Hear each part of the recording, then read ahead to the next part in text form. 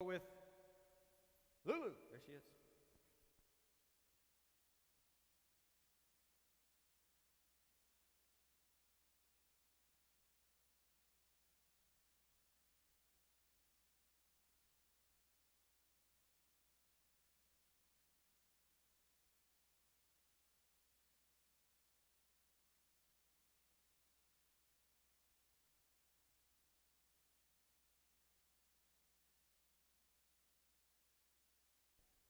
Oh, it's my dad. It probably was time to take a bill.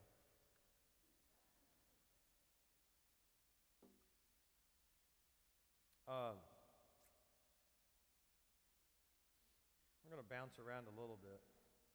There's a big surprise, right?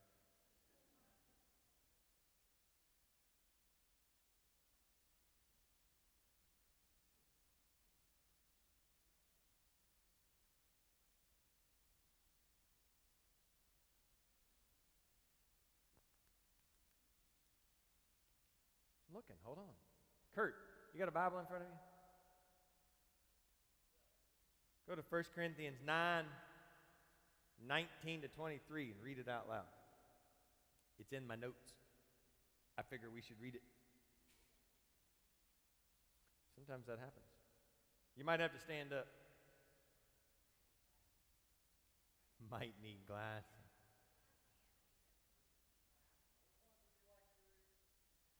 First Corinthians 9:19 to 23.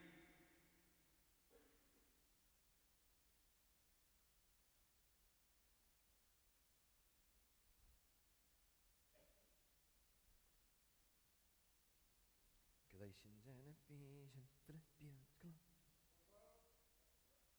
Yeah.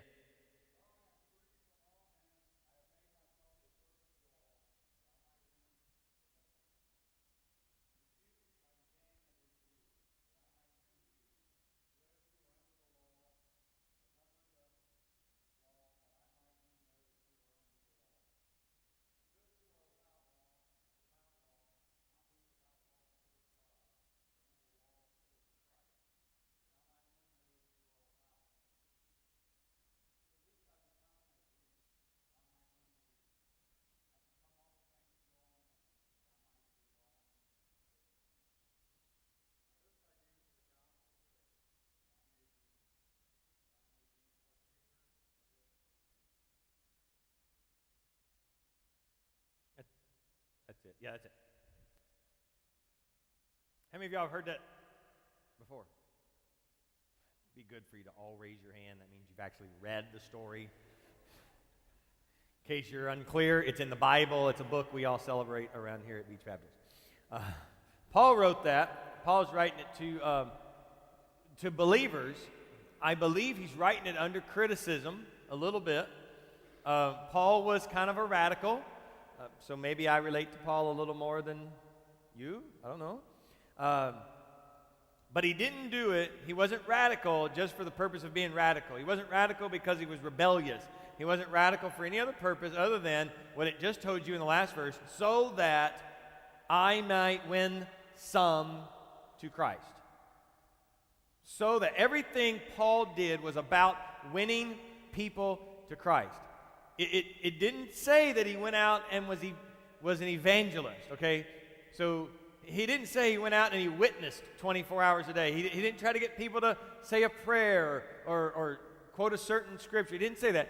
He said everything he did was for the sole purpose of winning people to Christ. So that means we know that Paul built tents. So we know that Paul, when he was building tents, was doing it so that all or some of the people he came in contact with while he was building tents would know Christ, would get introduced to Christ.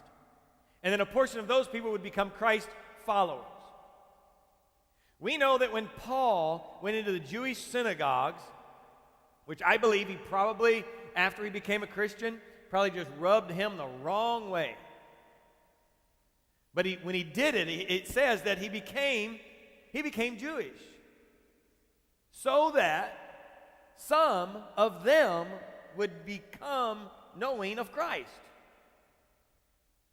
And it says that when he went into a place that had no religion at all, didn't understand, didn't know God, wasn't looking for God, he became unreligious so that some of those unreligious people would come to know Christ.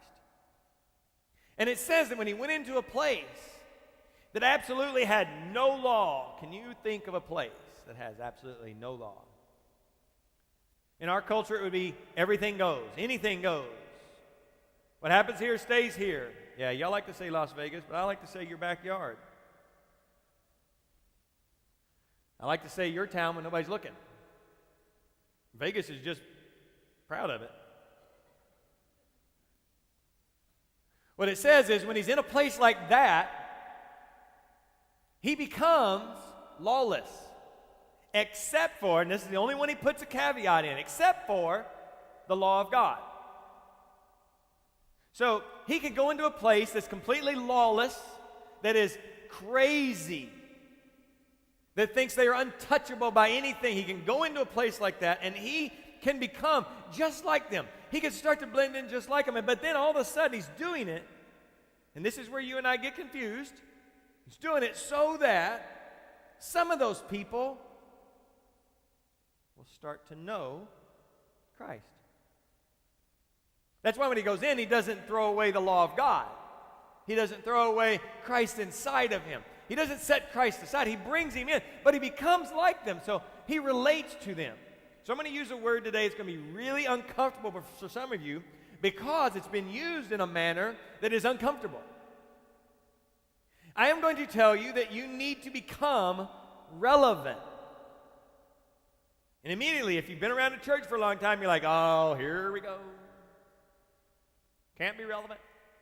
You have to hold a hard line. Yes, you do. But if you're going to operate in our culture so that everyone that you come in contact with knows Christ, you have to find a way to be relevant to them. If you are no relevance at all, then you are no teaching at all. No one is going to look to you as different. No one is going to look to you as having what will save them. No one's going to look at you as having the person who will give them the most joy. If you can't relate, that's what relevant is. If you can't relate to them. Paul calls it being so heavenly minded that you're no earthly good, and vice versa. That we so focus on ourselves that we no longer are functional on the planet that God has us sitting on. No one knows who Christ is through us. It's a common mistake for a place like this to think that all they got to do is open their doors on Sunday, open their doors on Wednesday, and the lost will flock in. You know, as if people are just wandering around outside going, man, you know, weather's a little chilly. Hangover's gone. I think I'll go to church today. And you and I, you know, we get this picture that we're standing at the front door like this. Fresh meat. Can't wait to teach them how to be a Baptist. Can't wait to teach them what it looks like to be a Christian. Are you like that? Should be, a little bit.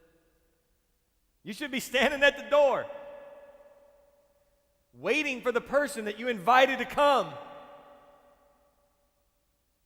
hoping that you can show them that what they've heard about church is wrong, that we aren't scary people, that we don't want them to pretty themselves up and then come in. You're hoping that they will come and they will find a place that's completely and utterly will blow their mind because of the stereotypes that have been set aside by the rest of the people out there. I hope you're like that. We're not. Many of us didn't stand at the door at all. Many of us rushed to get to our saved seat. Right? Don't laugh at me. I would ask you to raise your hand if you're sitting in the same seat you sat in last week. But some of you will just go ahead and tell me. Am and proud. It's fine. I just wonder how relevant we are. Can we gauge our relevancy by how many people follow you into this building? Or if you're from up north and you're going home, or you're getting ready to have you're on vacation, you follow somebody else in maybe. How many people will follow you into church next week when you go back home? How many people will follow you around and go, man, dude, I don't know why you go to church on Sunday. And you say, why don't you come check it out? And I'll show you why. See, we spent a long time discussing why you're even a Christian. And then we spent a long time discussing why you even come here. And we came to the conclusion that you're a Christian because you believe that Jesus died, was buried, and rose again. And he gave you new life, eternal life that started that day. And heaven is a byproduct of that and is the finish line, but is not our end game. Our end game is the life you're living right now that is eternal because it is everlasting, and God empowers it every single day of your life, and he makes it better than the rest of the world. And you come in here because you want to glorify him, and you come in here because you want others to know him. But today, I'm going to ask you, what are you going to do about it? Now that you're here, what are you going to do about the fact that you have to be relevant to the culture around you, the people that you come in contact with? I use culture, it's a buzzword.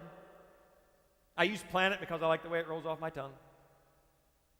But how are you going to be relative to those people that you come in contact with every day? That's your culture. That's the planet. You see, I got a couple statistics. I don't know if it'll shake you up or not. We'll ask. See, I think the church's reputation started to erode in the 80s. There was a lot of internal problems that happened in the church in the 80s, and it really messed up our reputation. In 1974, 1/2 of the adult population expressed confidence in religious leaders. That's not Christian or non-Christian. That's just the population at large expressed confidence in religious leaders. That's 1974. It was 22% in 1989. Yeah, something happened, and it wasn't with them. It was with us.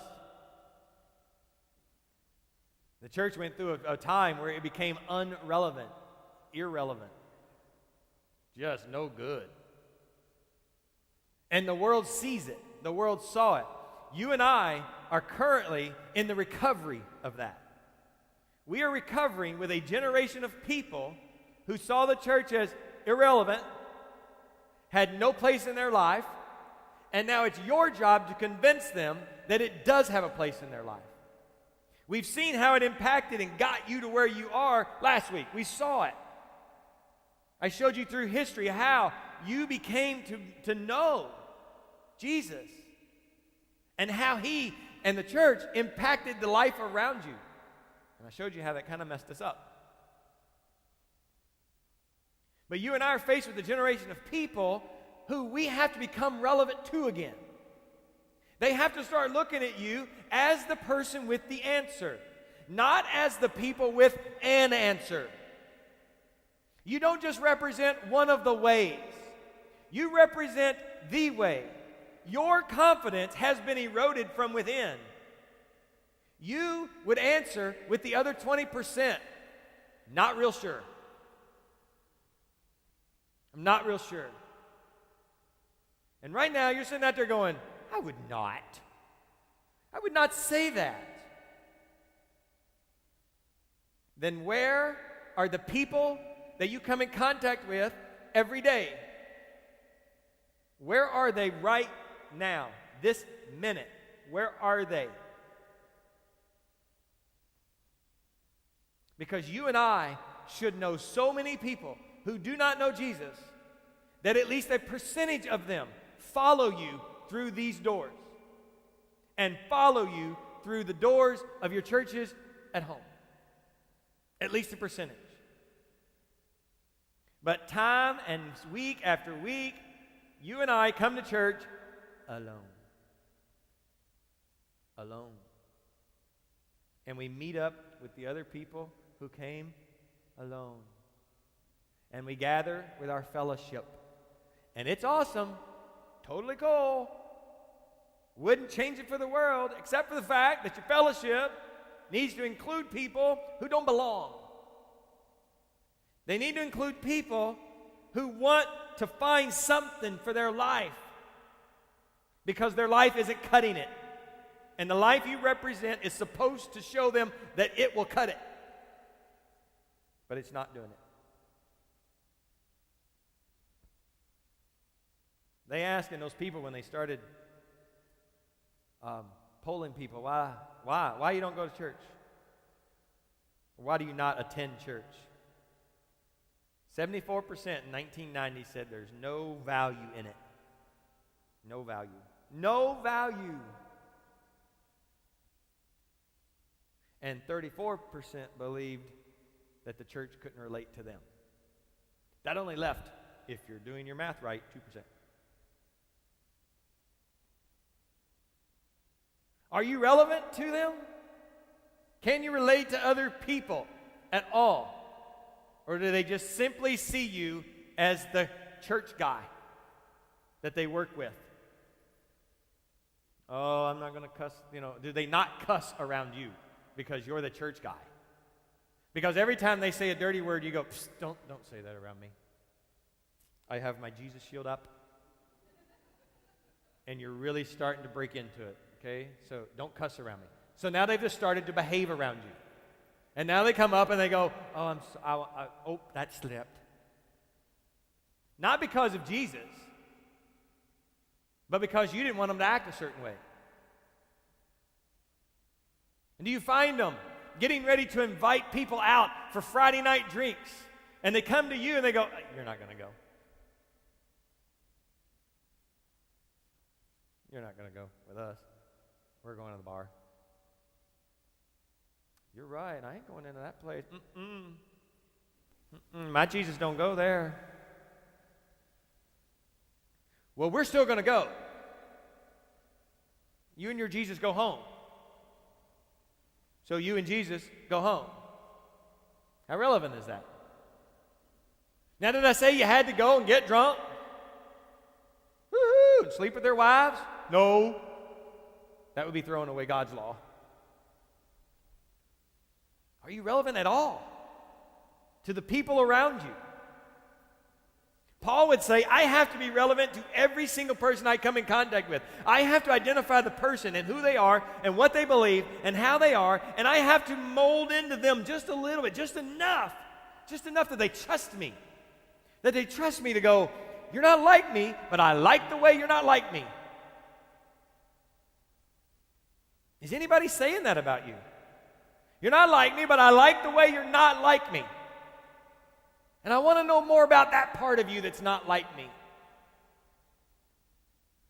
And then are you bold enough to not tell them, well, it's because I don't cuss. It's because I don't drink. It's because I don't chew. And I don't run with girls who do. Or are you bold enough to just go, no, listen, I met this guy who died about 2,000 years ago, and he's been the only guy who's ever come back to life. So I'm following him around because he gave me this spirit inside of me. It's weird, I know. But he gave me this spirit inside of me that propels me along my day, and I don't worry about the same things you worry about. Wow, really? Yeah. Sometimes they'll keep listening to you just because they think you're nuts. Which is fine as long as they listen. Are you relevant at all? Some of that is going to require some change on your and my part. I heard one quote that said the only person that likes change is a baby with a dirty diaper. There may be some truth to that, but you and I have to kind of change a little bit. Do you not already change? As you get older, are you changing? Nod like this. Okay. Go like this if you're a liar. You are. I mean, anybody who's reached the age of 100 at this point has seen some radical changes in their lifetime. The culture around them, the people, the planet, the nation has changed around them. They saw an era that brought us Band-Aids, penicillin, cornflakes, Camel cigarettes, the World Series, Reader's Digest, jazz, and the theory of relativity. All in one 100-year period. They remember not what it was like to land on the moon, but how people took flight. You realize that we've been flying for 100 years? A little over 100 years. They remember influenza epidemics. They remember soup lines of the Great Depression. I don't remember that. But people who have lived, many of you may remember that. I don't. No, I do. Okay, I wasn't going to ask us our ages. You realize that the last century opened up with a telegraph of a message being sent across the ocean and ended with emails being sent at a little over 3 billion a second? In 1 century, there's been some change. Moral climate has changed. Would you not agree that the nation has gone, remember I've been saying it for 3 weeks, the nation has gone to hell in a handbasket? I mean, the pop culture stuff that people are following around, the idols of teenagers, Bieber, that crap, you know, the stuff people are following around, can you believe how changed it has? Everybody's getting tattoos. Can you believe all that mess is going on? Used to just be, we just talked about this the other night, it used to just be ear piercings and you used to go to hell, but now tattoos are going to hell, you know. It's just gotten crazy, right? The world's going nuts. And yet the church just kind of marches along. Yes. That little boy's listening.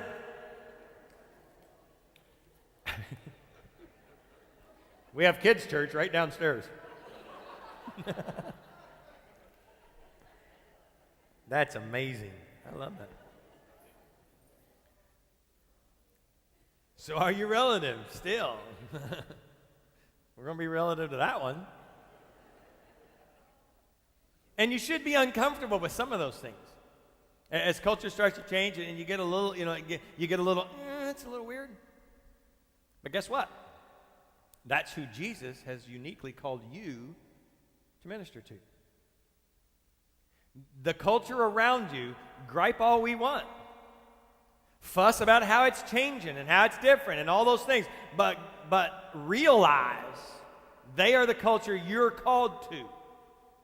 So you can sit on the sidelines and watch them continue to go to hell one by one by one, or you can step into it and find a way to relate one at a time to the people around you. Paul saw that going on in his culture. We know we have to change a little bit. When Jesus preached to the multitude, he got on a boat and he moved out just a little bit, thus creating the first amphitheater. We're using lapel mics and head mics. Paul preached in a toga. Aren't you thankful that has gone away? They used to unroll papyrus and the scroll, and one person in the building had a copy of it. You and I could have walked into this building, many of you did, and downloaded the current version of today's message. You're carrying around with you, I'm carrying around with me 58 versions of the Bible in one little electronic box.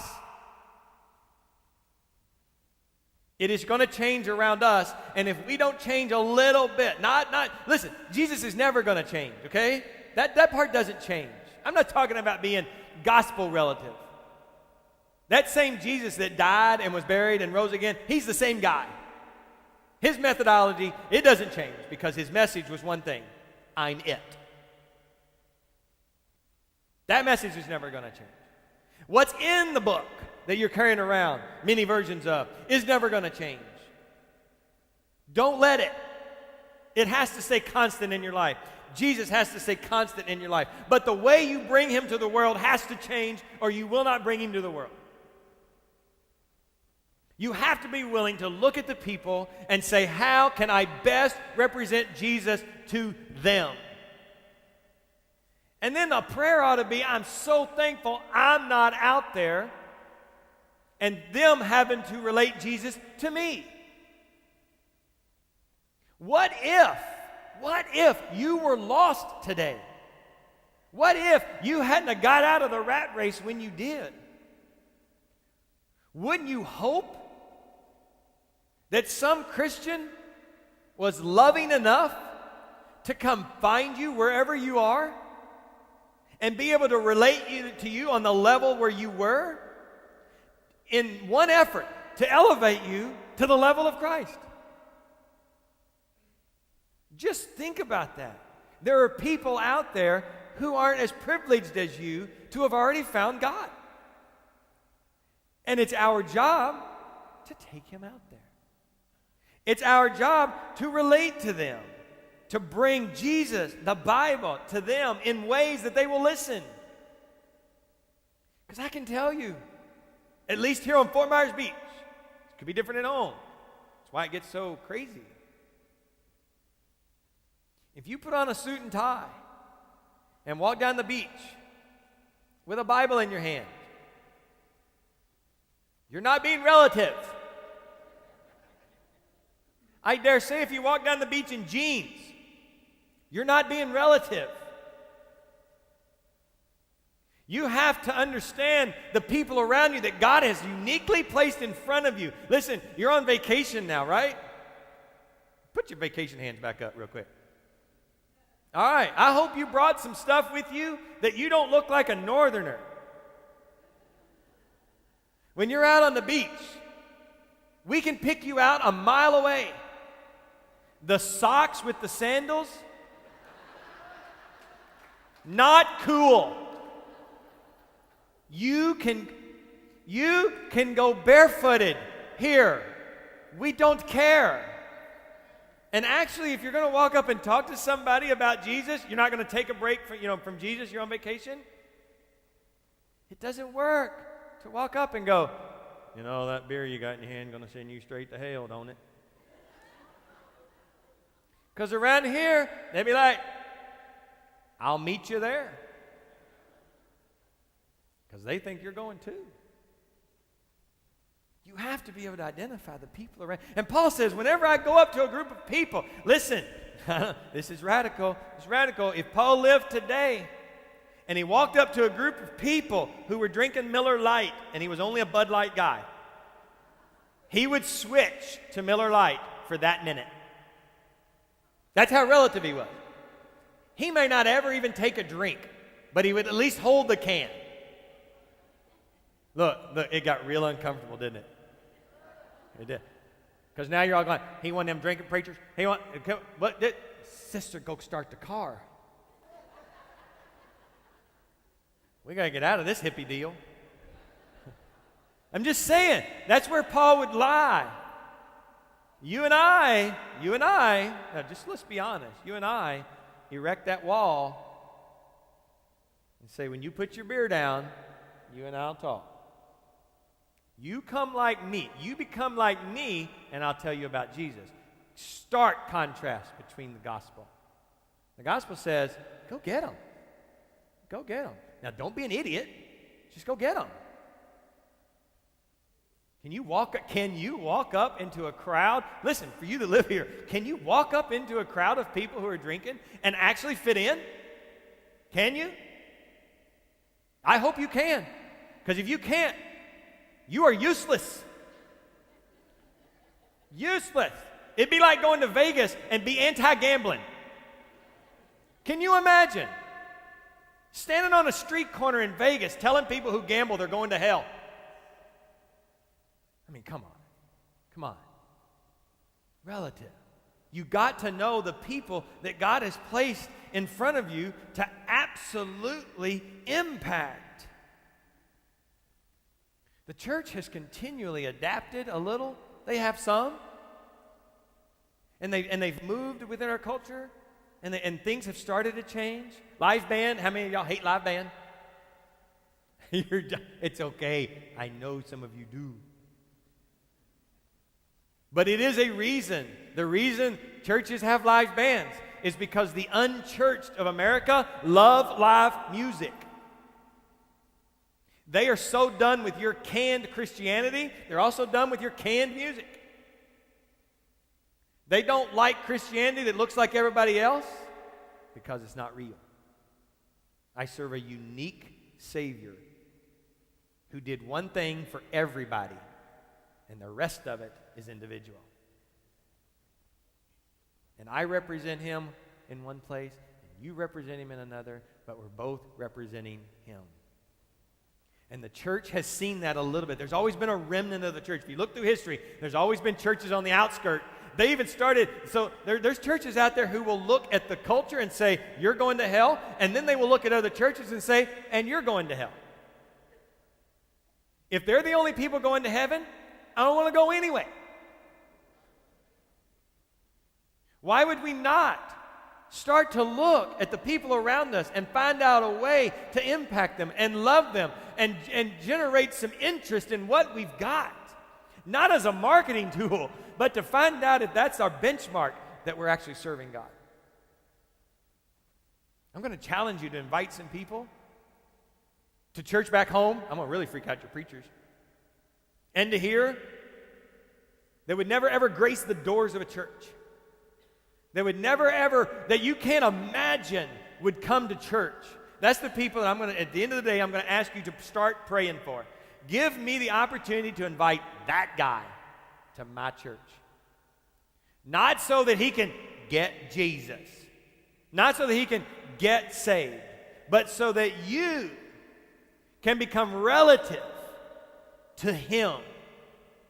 And through you, he may find Christ. You may be able to save some. We already know we're not going to save them all. But for many of us, we're not saving any. We don't like them. They don't belong here. And we have no use for them. To that I respond, the church has no use for you. If we don't exist for the unchurched, what good are we? What good are we? We got really good coffee. We eat every time we get together. We have a great band. And that's it.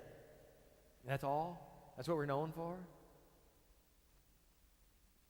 We are worth nothing at all. I read the story of an American pastor who went to the hospital to visit one of his newest members, and he was Chinese. The man knew no English whatsoever, but the pastor thought he would go and just kind of meet with him. About halfway through the conversation, the Chinese man started yelling out a phrase to the pastor, and the pastor was just like, yes, brother. Yes, brother. I hear that prayer. I hear that prayer. While the pastor was standing there, he yelled out that phrase one more time and took his last breath and died.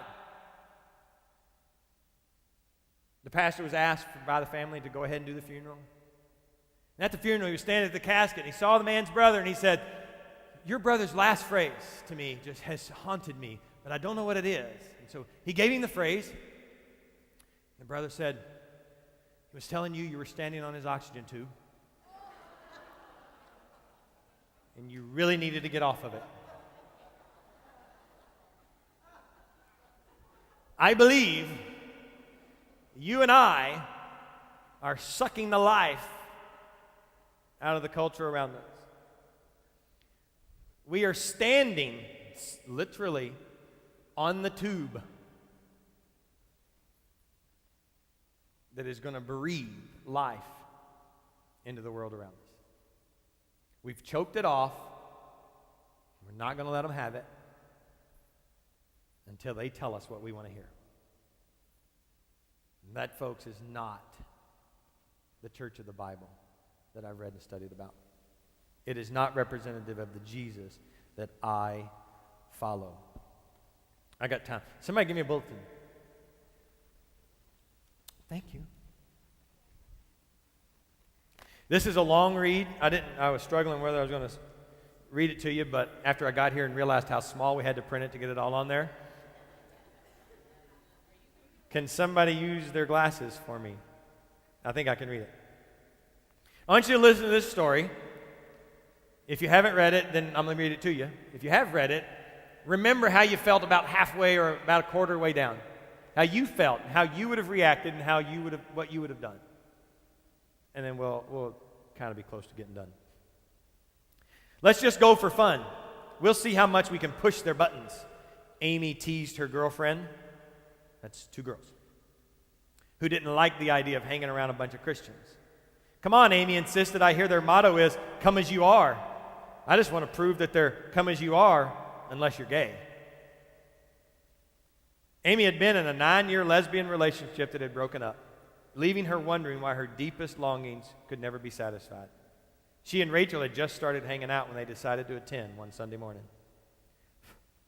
I came on a mission. She's already a missionary. To shock people, Amy admits. Rachel and I would hold hands in front of people, but instead of the disgusted looks of contempt we expected, people met eyes with us and treated us like real people. So we started coming to church weekly. We kept moving closer to the front each week, trying to get a reaction so that we'd be rejected sooner rather than later. When we couldn't shock people, we stopped trying and started learning.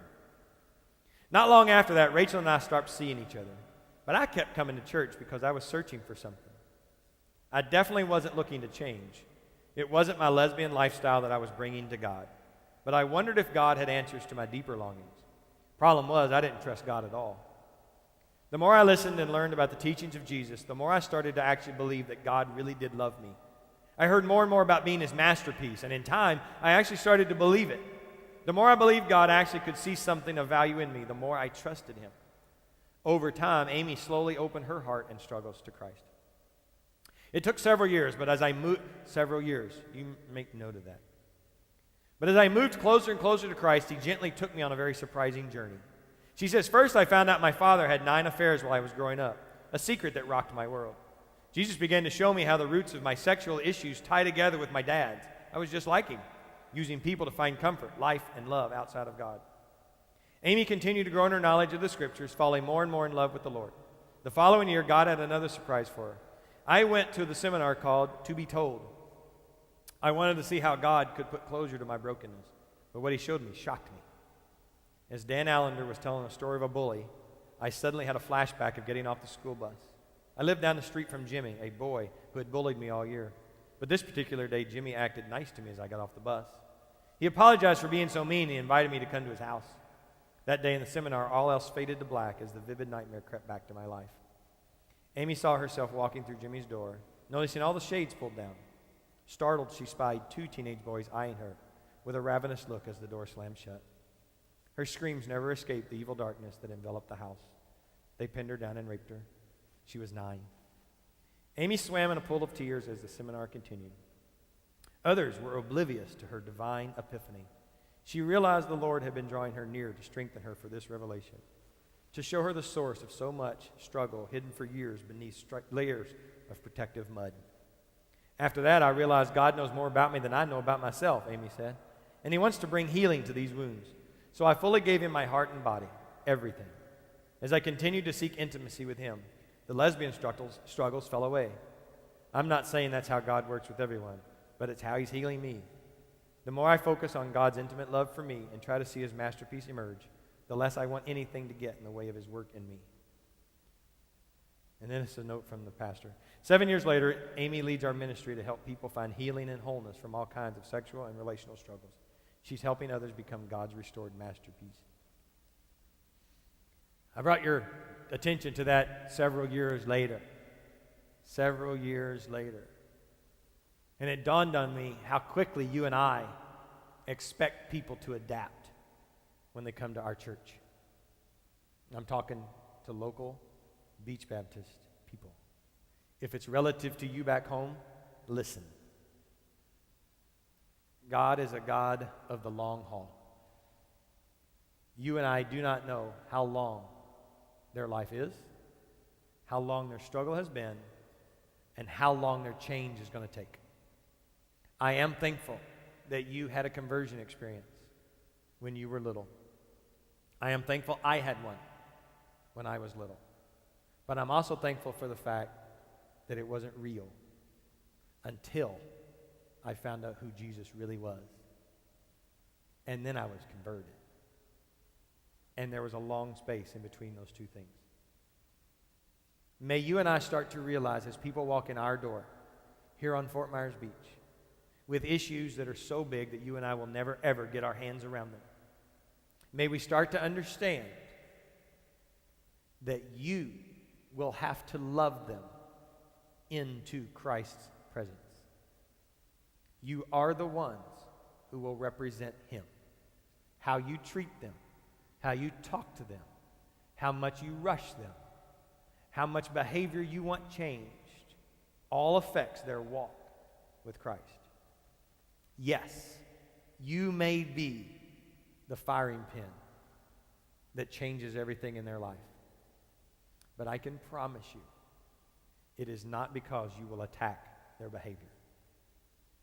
It will only be because you show them the amazing love of Christ that you have known your whole walk. If we had any problem here, that would be it. So for this to happen, let me give you a few things that you and I have got to do. You can apply this back home. This will work. I heard Andy Stanley in a message say, this needs to be an all skate. Well, how many of y'all grew up in the skating rink? Okay, this is an all skate. We all have to participate. So for right now, let me tell you, I'm talking to the people for our building who run out that door, who have parked somewhere where they can get out the easiest, who as soon as we stand to say our final prayer will gather their things and be ready to roll. That attitude is not going to work anymore. Your actions can stay the same, but that attitude is not going to work. Because you are not here today to put your time in, to stamp your God time card, and be able to walk out of here and be relative to the rest of the culture. Many of you walk out that door because I'm at that door, and you're afraid I've got an assignment. That's not going to work anymore. I will start switching doors. We are actually developing a new front entrance back here for the sole purpose that you are no longer backdoor people, in or out. I'm serious. It will be front doors on both sides. We're tired of losing people out the back door, so we just took the back door out. It's not going to work anymore. We're all going to participate. For those of you who are reading the bulletin and you're like, oh man, there's a lot of stuff going on in kids here. So thankful I'm not doing it. It's not going to work anymore. It's not going to work anymore. You just saw Lulu walk out of here with the kids. Again. Last week you just seen Dawn walk out of here with the kids. Again. There are two go-to people. If they're in the building, I know we have kid care. But if they're not in the building, I sweat. Because I'm going to have to approach one of you and say, our kids don't have care today. Can you help? And then the excuses start to flow. Oh, I can't deal with kids. I'm too old to squat down on the floor. I can't do this. I can't do that. God didn't make me that way. It's just not going to work anymore. It's not going to work. Because, see, we don't believe we're taking care of kids. We believe we're making an impact on a bunch of kids' lives. There are a few kids downstairs on Sunday, a few kids, who don't have dads. So, guys, that's your job. They don't know their dads. They don't meet their dads. And when they do meet their dads are mean to them. They've taught them a lot of bad words. They've taught them a lot of bad actions. And for some reason, for some of you, that's why you don't want to work with them, because they're hard to deal with. That's your culture. A bunch of kids who don't have dads and men in their life. Guess what? You're the men in their life. And here you sit while they stroll downstairs with another woman who has the compassion to take care of them. It's not going to work anymore. It's not going to work. I should have to, listen, I take any warm body to work with kids. I should have so many that I have to tell you, no, you're not qualified. But at our level right now, as long as you can breathe, you're qualified. Funny, but very sad. Very, very sad. But I give to them so they can go. Awesome. Well, who are they going to go with? Rent a dad? Rent a church member? It's our job. That's our job. There are 13 people going to Guatemala. 13. An amazing number. Not going to work next year. Not going to work. 13 people out of 300. For all you mathematicians out there, how many? Well, thank you. It's actually 1.3, right? Don't forget that 3/10 of a person who gets to go. Not going to work. This year I gave you the opportunity to help sponsor somebody. Next year that opportunity is gone. You got to go. You got all year to prepare yourself. Beach Baptist has taken on Guatemala as their mission project. We raise up churches over there. We have a church planted over there. We have a pastor over there who has a flock over there who needs our help over there, and we're going to go over there and help them. Or we're going to sit on our duff, and we're going to go to work, and we're going to send them a couple of $100 and hope all is well over there. It's not going to work. It's not going to work. We at Beach Baptist are going to ramp it up a notch. We already decided we're going to ramp up our water giveaway next year a little bit. Everything next year, this year, into the year, gets ramped up a notch. And for those of you who are sitting out there going, man, that's not for me. It's not for me. There are 7 other churches on this island. I hope you never go to one of them. But if you do, we can use your seat. And I don't want that to sound harsh. I say it because I want you to understand the culture you're in and to go get them and to bring them here. We are already talked about as the church that is not like any other church. You are here because we are not like any other church, and we will never ever be like any other church, because God has uniquely placed us into this position to reach those people. And you are here because God placed you here. If you want to run from God, run. Guess what? You'll be back. Not because we think we do it the best. That's true. Not because we think we're the only ones who do it right. No. But because God has uniquely planted in your heart a desire to do what we are doing here. And if you think there's nothing for you, then you need to bring some lost people in here because they are here for you. And then you have purpose. We are here for nothing else. We are a church for the unchurched. I heard one church negatively described as a seeker-sensitive church. It's a buzzword in the community for the churches who are jealous of them.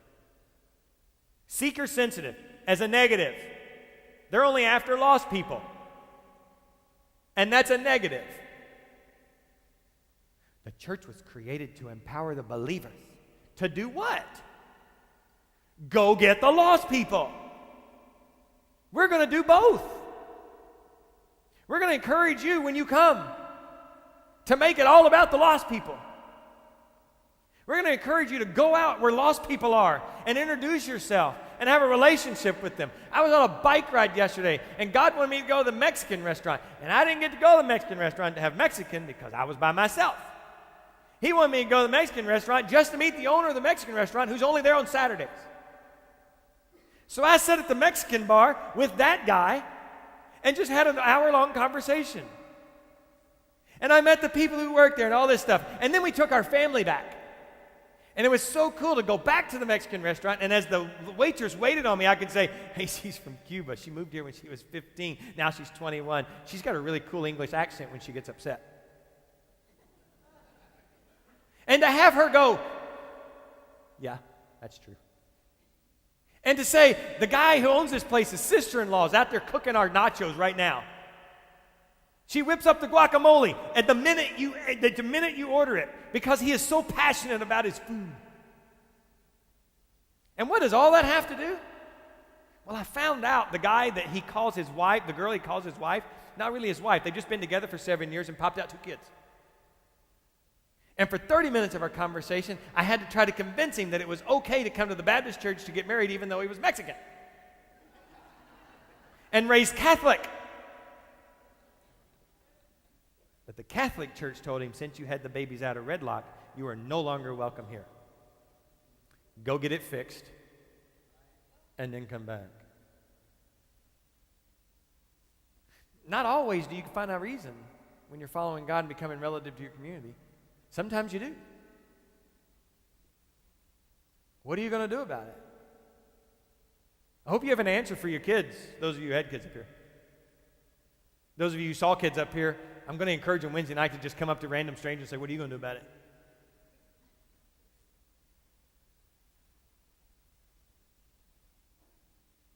You're going to have to be bold in your invitations. You got to get them here. You got to be bold in your prayers. You can go ahead and say your keep me safe while I'm traveling and do all those, say those, but then add on and make me bold in my conversations with other people and give me a bold witness when I'm out there, God.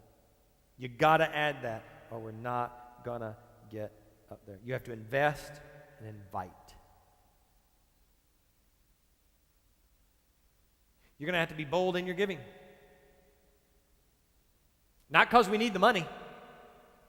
The money's already in the bank. It just happens to be your bank.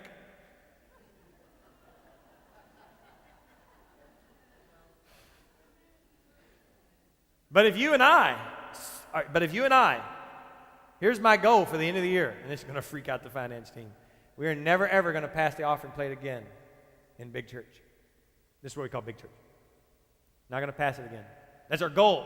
Wouldn't it be nice if you and I just gave what we were supposed to give?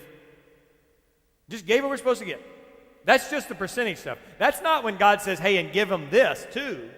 And many of you do that. You're great at that. But we missed taking up the offering one day, and our offering went down by 40%. You're going to have to be so bold in your giving that even if we don't pass the plate, you find a way to get it where it belongs. That you won't leave with that check. We will never get... I just said never. Better change that. We don't give you the opportunity to give online because we think you ought to have to work at it a little bit. We don't think you should take the excuse, oh, I don't carry checks anymore and I don't have cash, so I'm just not going to be able to give. Now, if I could give online, I could swipe my card. I could make it a recurring payment. Can you believe that? A recurring payment. That way you don't have to think about it. And in one way, it kind of, but to me, it just doesn't sit well. It ought to be so much on your mind that you're so bold, you have to think about it. And you have to consciously go, I will not spend this money. It already belongs to God. You're going to have to boldly give. Because next year, when we all go to Guatemala,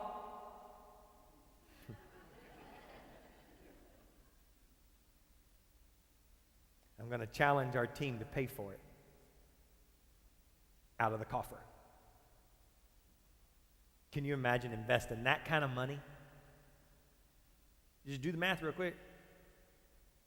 If we take 100 and it costs 1,200, that's 1,200. Can you?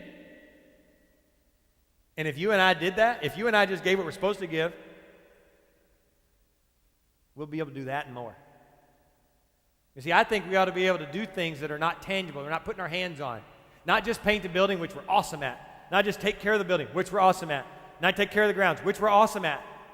Not just take care of me, which you're awesome at. Not just take care of our staff, which you're awesome at. We need to be doing things you're not tangible seeing. We need to be putting more money into places that the gospel needs to go to so that we can become relative to a place we're not even at. We should be fully funding the church in Guatemala, completely funding them. And let them take care of their building on their own, which they're good at.